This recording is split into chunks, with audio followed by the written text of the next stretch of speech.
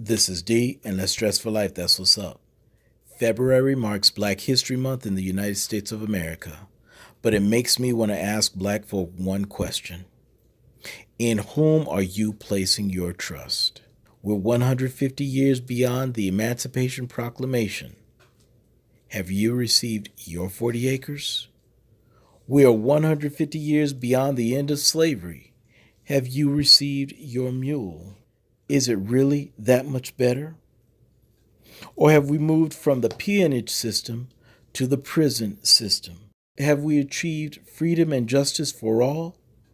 Or is it them getting the justice and just us getting the law? But I know some folk are going to ask those of us at De-Stress Method to remember those wonderful efforts of Frederick Douglass. And you're right. Frederick Douglass was powerful. Here he was. He went well beyond the thought of William Lloyd Garrison. Oh, let's just give them freedom. Frederick Douglass wanted not only for us to have freedom, but he also wanted us to enjoy freedom by ensuring that we got the various things that we needed as freed men and freed women. And of course, individuals are going to say, well, how about the efforts of Marcus Mosiah Garvey? And Marcus Mosiah Garvey was an incredible brother. Here he is trying to unite black folk from all over the African diaspora. And somebody's going to say, must we forget the sensational efforts of Malcolm X? Hey, that brother was so powerful. And he single-handedly faced down the powers that be with his excellent oratory. Added to that, you think about what he did. It was just so powerful. He let folk everywhere know that the black man was not going to, for one moment more, face Mr. Charlie, be slapped by Mr. Charlie, and thank Mr. Charlie for slapping him, and then ask Mr. Charlie to slap him one more time. Nah, Malcolm X stood ramrod straight as a man. But sadly, Malcolm X was also the poster child for black-on-black violence.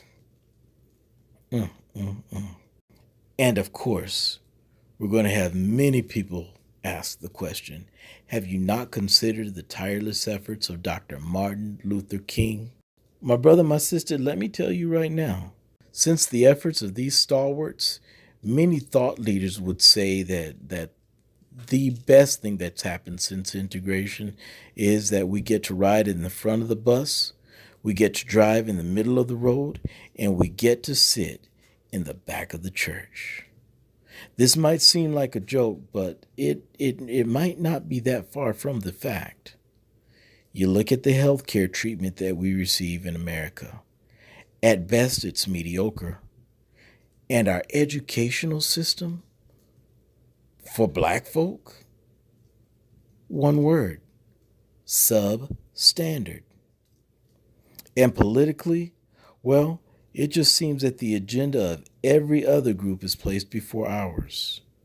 And financially, that black dollar does not go as far as one single white dollar. But America bleeds green, someone would say. One example is O.J. Simpson. O.J. bought justice. O.J. bought freedom. Well, who has more money? O.J. Simpson or Bill Cosby? Let me add one more. Or Charlie Sheen. All things Cosby were taken off the air even before his trial. Are we correct in saying that? Look at television now. Look at the comedies that are on. 2.5 Men, Spin City. 2.5 Men and Spin City remain on the air, including Mr. Sheen's presence in Super Bowl 53 commercial. And this is despite the claims that he was acting like the characters in his sitcoms. and he was acting like the characters in his sitcoms, all while being HIV positive and possibly hiding his medical status to very vulnerable sexual partners. In whom do you put your trust, my brother? In what do you put your trust, my sister? Is it green? Well, Dr. Cosby did also. How about the justice system? You know, there were more black folk that were lynched during the early 1900s than during slavery. What's the percentage of black folk in America? And what's the percentage of black folk in the prison system? But that was the early 1900s, somebody's going to say. And you're right, in America. And speaking of the prison system, how are we even treated in jail? And just considering how we're treated in jail, the question has to be asked, is it really getting better? In my humble opinion, the answer is no. And if it ain't getting any better, why in the world are you getting out of bed? What is the thing that brings a smile on your face? What is the thing that gives you the pep in your step? To some people, Martin Luther King, Pope John Paul II were gods. To some folk, Farrakhan and Francis are seen as gods. Some trust in their health till it's gone, and others trust in their skills till they're replaced. The question yet again, in whom or in what can you place your trust? Before we hit you with our ideas, we ask you to like, subscribe, comment, share. Also, click the notification bell so you can be notified of our next video.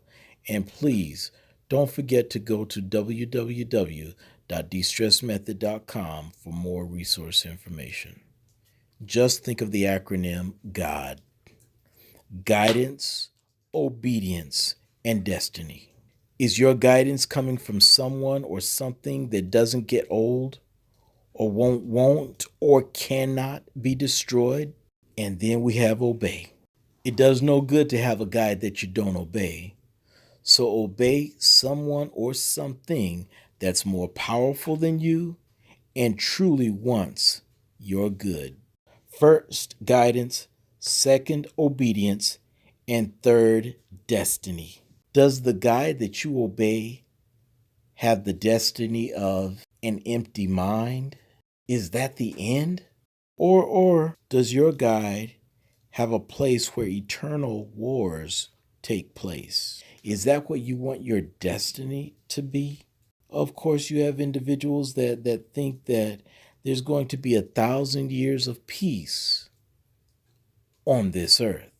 With all the plastics and all the poisons, you will not have peace in the presence of that anytime soon. Have guidance and most certainly institute obedience, but only to that one who has an incredible destiny, but not for you alone, but for all who will obey.